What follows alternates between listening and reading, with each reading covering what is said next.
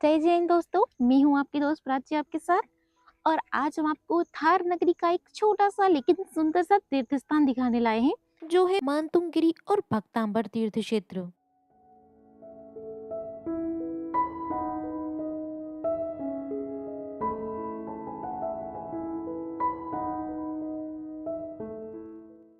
इंदौर से मानतुंगगिरी की दूरी अराउंड 67 किलोमीटर से और नियरेस्ट रेलवे स्टेशन और एयरपोर्ट भी इंदौर में ही आता है। मानतुंगगिरी धार से 3 किलोमीटर की दूरी पर है, जो कि आमखेड़ा में आता है।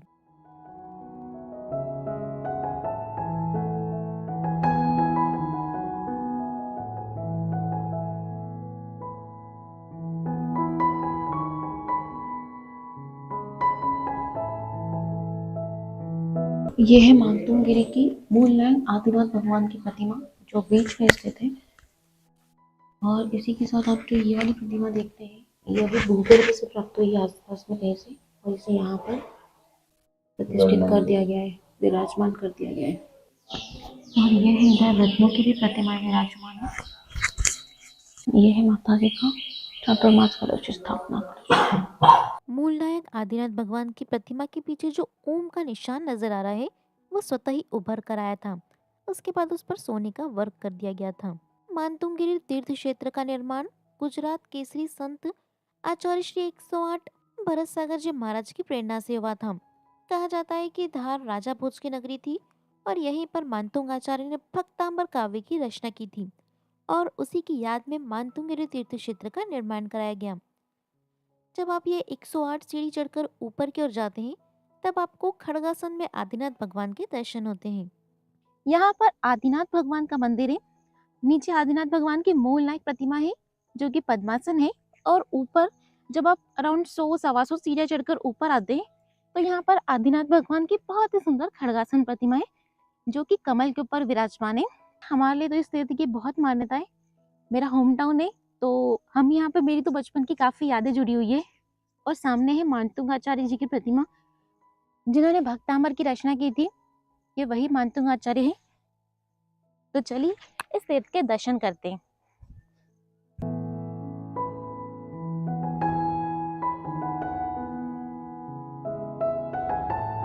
ये है आचार्य श्री 108 मानतुंग आचार्य जी जिन्होंने भक्तांबर की रचना की थी।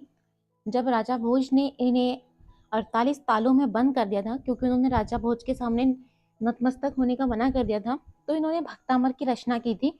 और हर एक काव्य की रचना के साथ एक ताला टूटता गया था और इसी के साथ राजा भोज का अभिमान भी टूट गया था। उन्होंने जब मुनिषी को कारागार से बाहर देखा तो उन्होंने नतमस्तक होकर मुनिषी का अभिवादन किया था और इसीलिए तभी से हमें भक्तांबर स्तोत्र की प्राप्ति हुई थी। वर्तमान में यहाँ पर आचार्य श्री 108 भरत सागर जी महाराज की शिष्या चुल्लिका श्री चंद्रमती माता जी के निर्देशन में मानतुंगगिरी का कार्य चल रहा है। यहाँ पर लेफ्ट हैंड साइड में ये ध्यान केंद्र है, भक्तांबर ध्यान केंद्र। उसके बाद यहाँ पर वृद्धाश्रम भी है, पाठशाला गुरुकुल भी है और रुकने के लिए मांगलिक भवन भी है। और फिर सामने मनोकामना पूर्ण, ये है मनोकामना पूर्ण गुरु मंदिर। गुजरात संत केसरी आचार्य श्री 108 भरत सागर जी महाराज का मंदिर बनाया गया यहाँ पर। उनकी समाधि वैसे तो पुष्पगिरी में हुई थी, लेकिन क्योंकि मानतुंगगिरी तीर्थ के प्रणेता वही है तो इसीलिए महाराज जी का गुरु मंदिर यहीं बनाया गया है। यह है भक्तांबर धर्म चक्र जहाँ पर रिद्धि मंत्रों के साथ भक्तांबर की रचना की गई है और साथ ही महाराष्ट्रियों के चरण पादुका भी यहाँ पर विराजमान है। साथ ही आदिनाथ भगवान, बाहुबली भगवान और भरत भगवान की प्रतिमा भी यहाँ पर विराजमान है।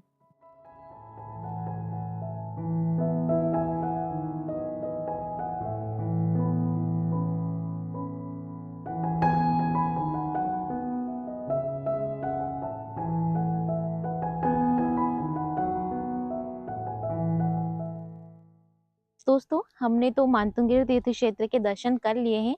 आप भी जब इधर से गुजरे या स्पेशली भी यहाँ आने का मौका मिले तो जरूर आइए।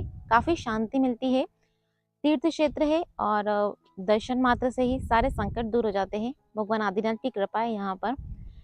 तो चलिए अब हम मानतुंगगिरी क्षेत्र के सामने बने भक्तांबर क्षेत्र के दर्शन करते हैं, जो कि श्वेतांबर समाज के द्वारा संचालित किया जाता है। ये भी बहुत सुंदर मंदिर है। ये भी काफी अच्छा और खूबसूरत तरीके से बनाया गया है। नक्काशी वगैरह यहाँ पर भी बहुत प्यारी होती है। यहाँ पर नाकोड़ा भैरव देव मंदिर है, माँ पद्मावती देवी मंदिर है और मणिभद्र महाराजा देव मंदिर है। आइए यहाँ कर भी दर्शन कर लेते हैं।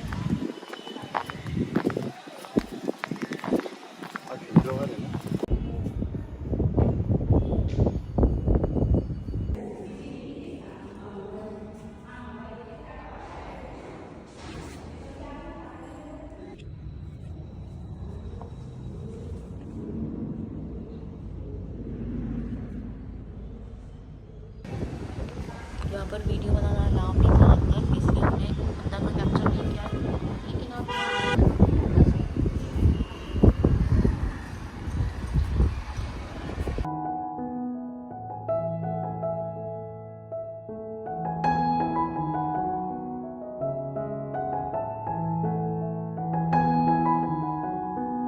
तो फिर मिलते हैं एक नए व्लॉग के साथ। तब तक के लिए जय जिनेंद्र।